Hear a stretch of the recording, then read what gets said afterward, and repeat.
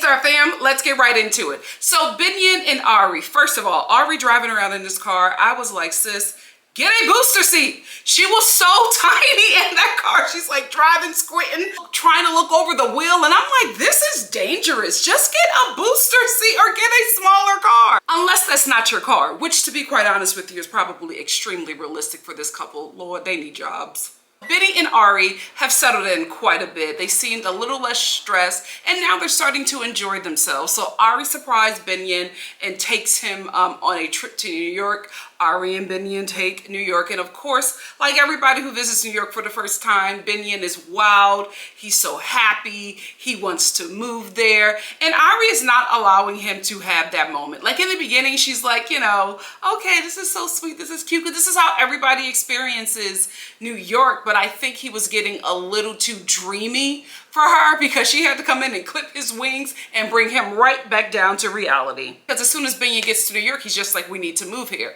And Ari's like, okay. But then she realizes that he's really serious and they have to have that talk when she's just like, honey, we can't even afford Jersey. What makes you think that we can afford New York City? Like, this place is extremely expensive and we just do not have it. And BINI is like, well, I can do this, I dance, I do all of this, and I fight, and I'm a creative person, I know how to survive. But that's great, but you're not an American citizen yet. So at this point, the only one who can financially support you is Ari, and that won't be a loan out, right? Because if you get any more help from Ari's family, I'm telling you, you'll be paying them back until your freaking kid turns 39.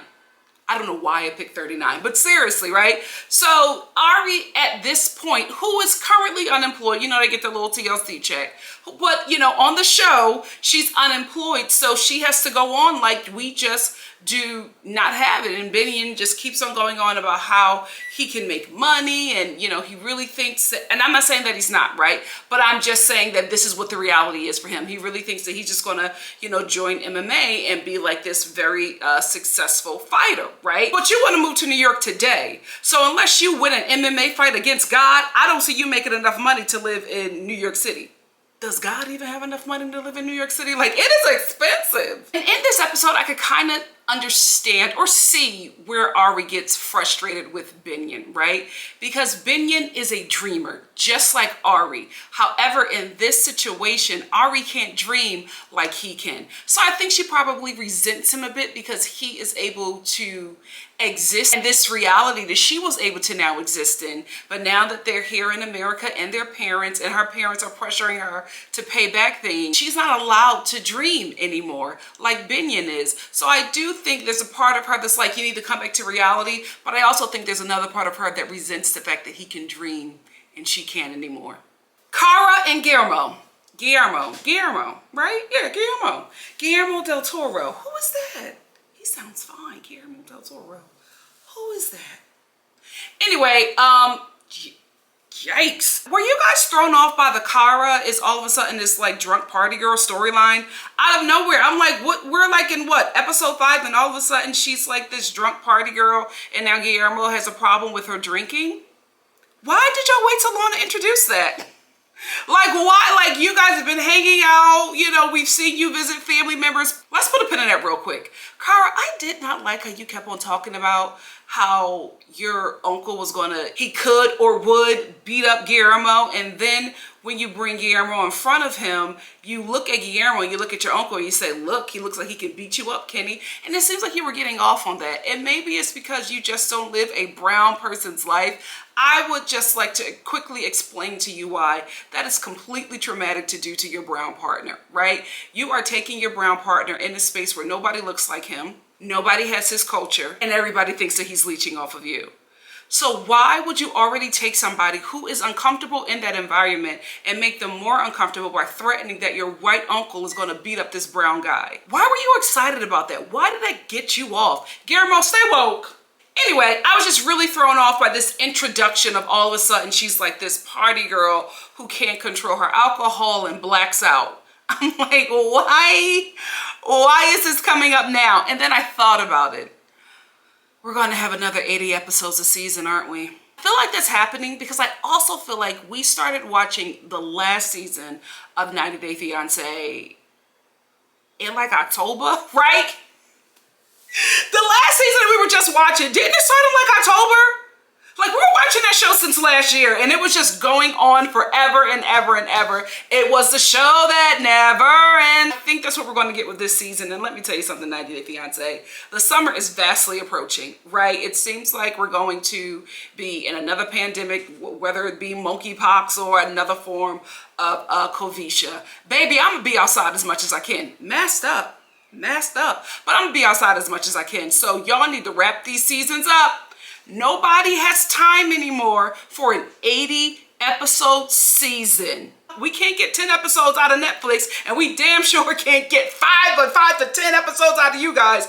You all make sure to give us every detail of every story in one season. And I'm gonna tell you right now, baby, we don't need to know everything. 10 to 12 and that's it. Anyway, Cara, the drunk party girl who blacks out, I'm not buying it just yet. I mean, because why would you give us a storyline with no receipts? There's no receipts of her being this drunk party girl, and I feel like this show, if while you were filming she was getting drunk and blacking out, you guys would have showed us already. So I'm kind of not buying it just yet, but we still have 94 episodes to go, so we'll see. SHAEEDA and Bilal, I can't believe that I'm saying this, but I kind of sided with Bilal this episode. Just a bit. Please do not throw your tomatoes. Here is why I say that. So SHAEEDA is on her way to, I forget what it's called, please forgive me, but they're going to basically Friday service at the masjid. And she's a bit nervous because not only is Bilal's family going to be there, so is his ex-wife, the mother of his children. So she's a bit nervous, and she's telling Bilal how she feels. And Bilal says, yeah, I can relate because I felt the same way when I met your family.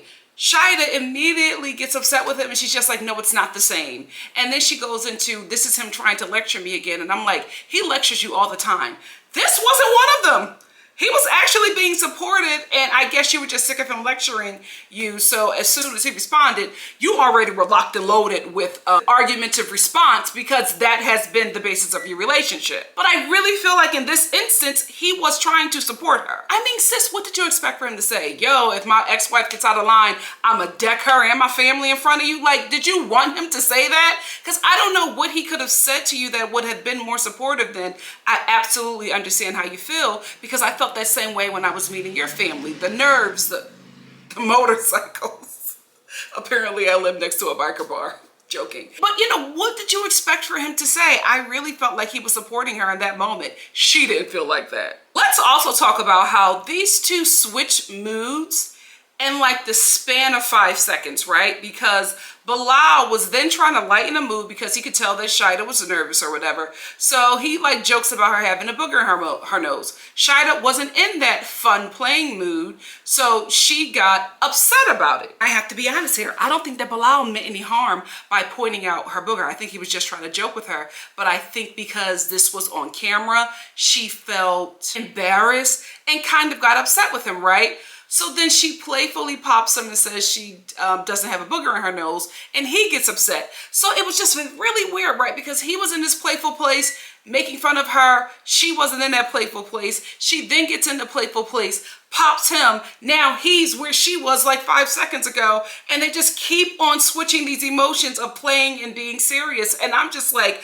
I don't know how you two can resolve this when you both keep on changing positions. What is it? Are you playing or you serious? Help me out. How the hell can they help me out if they don't understand where the hell they're at? Like, they just kept on going back and forth. And I'm like, guys, if you just stay in one emotional state, we can fix this situation. But you both keep on jumping. Now, I will say this, SHAEEDA. After Bilal said, I didn't like the pop, please don't do it again. Why did you pop him 2 more times? She kept on popping that man, and he was like, please stop hitting me. And she just kept on playfully popping him until he pulls over his car, right? It looks like he pulled over and he's getting out of his car to pull her out of the car, because in the first clip before we get to this scene, he says, keep on hitting me and I'm going to pull the car over, and she hits him, right? And then in the next scene, we see him pull the car over and him get out, and it's appearing as if he's going to go over to her car and pull her out, but we come to realize that he actually pulled over where the masjid was at, and he went out to go get his kids so that they can all greet SHAEEDA. I had a little problem with that, to be quite honest with you, because Bilal was Basura. We don't need to add to his story, and we don't need to add possible domestic violence, which was where this show was trying to lead us, right? I absolutely had a problem with that because I was also a bit nervous as well coming into watching this episode because I was just like, are they going to show domestic violence? Why would they have this kind of representation on the show? Like a black couple in domestic, like that's how they were leading. At least that's what they made me believe that I was going to see this episode. So I was already a bit nervous about what they were going to see and how much of this domestic violence situation that they led to that they were going to show us. But it really was just a mislead. I normally don't have a problem with misleads, but when you're misleading us into the direction where we are thinking that we are going to watch a cast member be assaulted, it's a bit low, in my opinion. What do you guys think? Let's talk about it in the comment section. MIONA and JIBRI. MIONA, do you put this drawstring ponytail on every day? Like even, no, I have no problem with it, right? But I'm just like, even if you're just hanging around the house, maybe she probably does it because she's on camera, but I just don't think you wake up every morning and pull all your hair into this drawstring ponytail just to go in the kitchen and wash the dishes.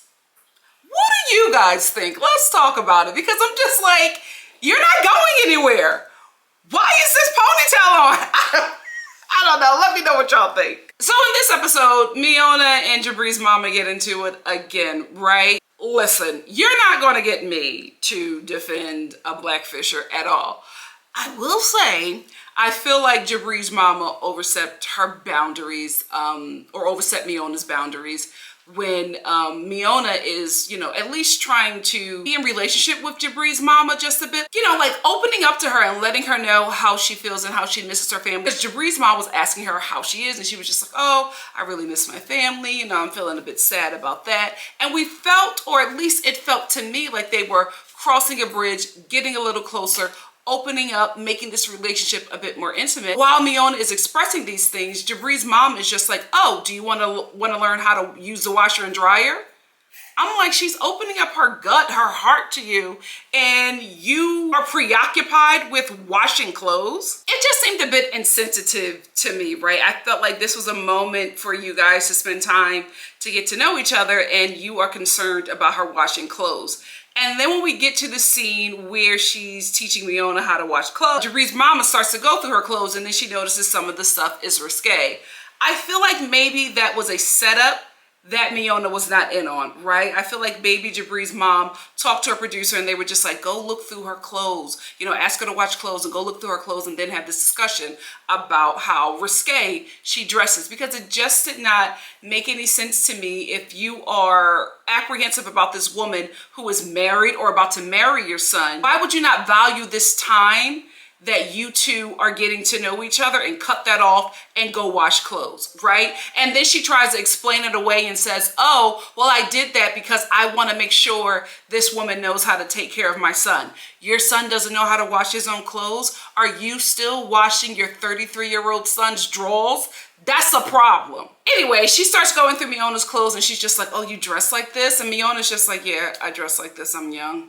Like, I dress like this. Like, what is the big deal? I'm pretty sure that back in the 70s, mama, you had on your little low-rise bell bottoms and your little pasties or at Woodstock or whatever, wherever you met that man. Like, let's tell the truth and shame the devil, or JIBRI's daddy. Come on. You look like you had a little bit of freak in you back in the day. Let's not play these games, right? So MIONA's like, yeah, I dress like that. And she's just like, oh, well, I just want you to make sure that you dress appropriately around my husband.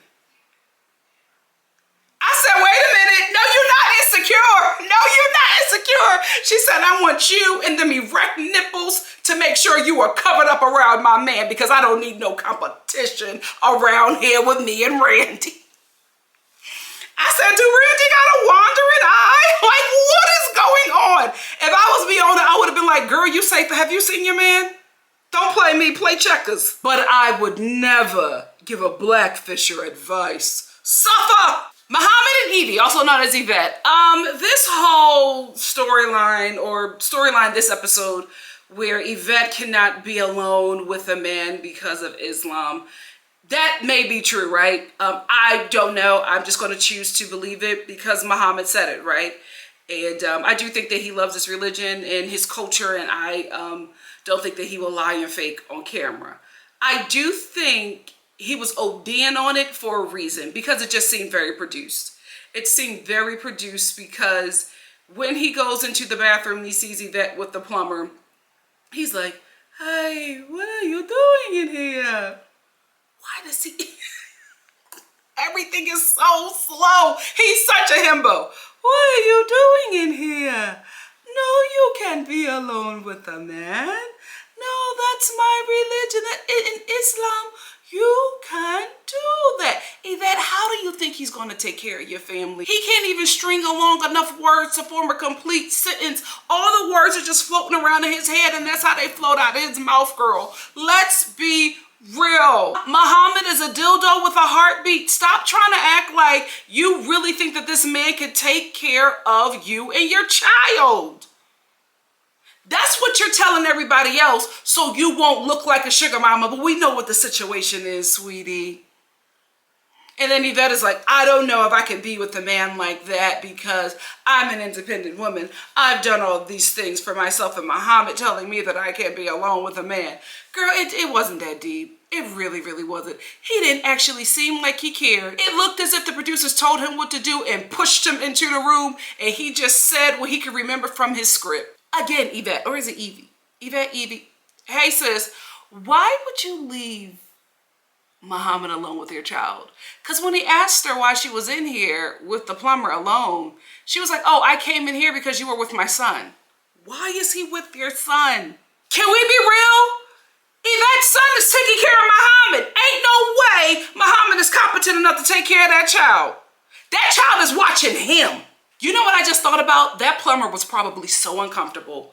So uncomfortable. Not only are you on camera hovering over a toilet, you are sitting in here watching this himbo and his sugar mama argue.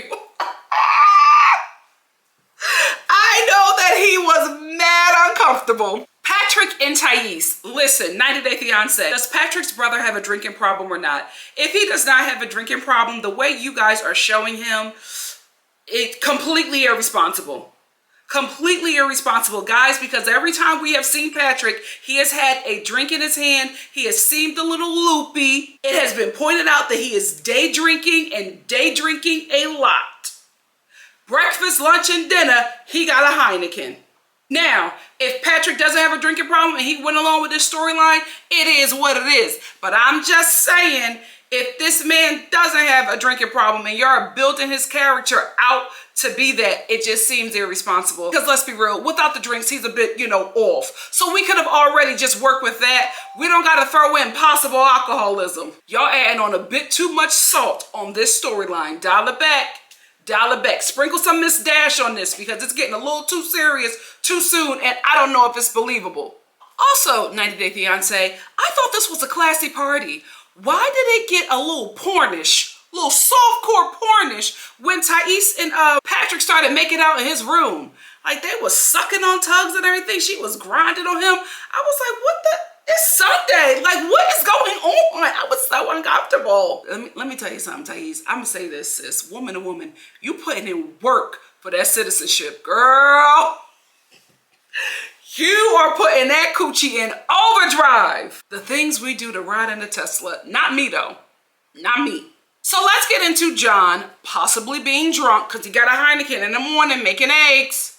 Making eggs. So anyway, he's always a little, it seems like when he starts to drink, he gets a little cranky, get a little tight, especially with Thais. So they had this very uncomfortable moment where Patrick is making breakfast for Thais, and the brother's like, she should be making breakfast for you. Already getting spicy, right? So Patrick makes eggs for Thais. Thais wants him to come sit down and eat with him. Patrick's brother John is like, well, I want some eggs too. So then Patrick gets up and starts making eggs for John, and then Thais is pulling him back like, no, sit down and have breakfast with me. So John feels some sort of way about that. He's like, well, I'll finish my breakfast, and he throws on the steak. I guess because he's so drunk, he drops the steak, he picks the steak back up, and he's about to eat it. Thais is like, that's gross. He's like, you're gross. They get into it. Thais then leaves because she's uncomfortable. Hell, I was uncomfortable watching this. Like, what is going on? If this guy really has a problem, get that woman out of this situation. This is how you know that a show is run by a lot of men, because so many women on the show are in uncomfortable situations. And it's so easy to point out as a woman how this looks and makes you feel, right? It keeps on happening. So I'm like, either you don't care or you just don't see it. Which is why if you're covering stories that have people in these stories that you, or characters in these stories that you cannot identify with, have somebody who can identify with those characters in that room, creating the show, producing the show. That's how you don't get these mishaps, because I'm uncomfortable watching Patrick and Thais' storyline. I'm very uncomfortable because this woman is completely uncomfortable with John's brother, who seems to be an enraged alcoholic. Now, at the end of the episode, we start to understand why he has the issues that he has. Patrick doesn't say it, but he alludes to having a very tough childhood, right? And how his brother will protect him a lot. I made out of that these boys grew up abused. And I think that John, Patrick's brother, took the majority of his brother's abuse, or stood in line of the abuse to cover his brother. And I think that now that they're older, Patrick's brother, John, has been broken down from that abuse, right?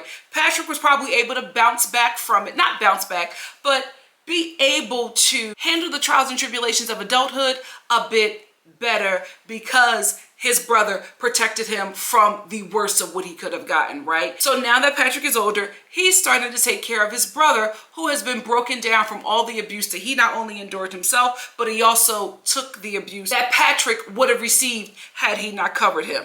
That's what I'm seeing. Because when they sat down and his brother was talking about, I just want to make sure you're protected, and Patrick is like, I'm okay, and they had this moment where they both started crying and breaking down. I'm not even gonna lie to you, it got me. It really, really did. And I started to see how this relationship has developed into such a codependent relationship. I don't know if we'll get more into it in the season, if Patrick will reveal more. I'm actually thinking, from what I saw, I could totally be wrong, but I think that these two grew up in an abusive household, and Patrick's brother protected him. And now Patrick is protecting his brother. I think they both protected each other to a fault, right? Because in this episode, Patrick is letting his brother know that he's okay, that he doesn't have to protect him. But John doesn't know how to not do that, because he's been doing that since they were children. Very tough, very, very tough storyline. And I hope they don't leave us with a lot of holes, because I think the understanding of why John is the way he is will allow viewers to sympathize with him a bit more, because right now he's just coming off as this abrasive drunk guy. If we change the narrative to adult man who was abused as a child, who does not know how to deal with said abuse, so he drinks until he feels better or no longer feels that pain. That could be a bit better for John, because the narrative that I'm seeing on this show, I'm just like, y'all are not making him out to look like a good guy, but apparently he is, because why would Patrick put his girlfriend, or his soon-to-be wife, in an uncomfortable situation with this guy who he thinks will harm her? Right? It makes more sense now that John is actually not dangerous. He is just broken. Even still, I can understand this situation being extremely uncomfortable for Thais to come into, because it's not her fault that these boys grew up the way that they grew up. These men who were, grew up the way they grew up as boys and grew into these men. It's not her fault that they have these issues. And I'm not saying fix them so that Thais can live comfortably, but what I am saying is that she deserves to be in a healthy environment. And if she does not feel comfortable, then her soon-to-be husband needs to listen to that. Anyway, that's all I wanted to talk about with this episode. What did you guys think? Let's talk about it in the comment section below. Love ya. See you soon. Bye. Mwah.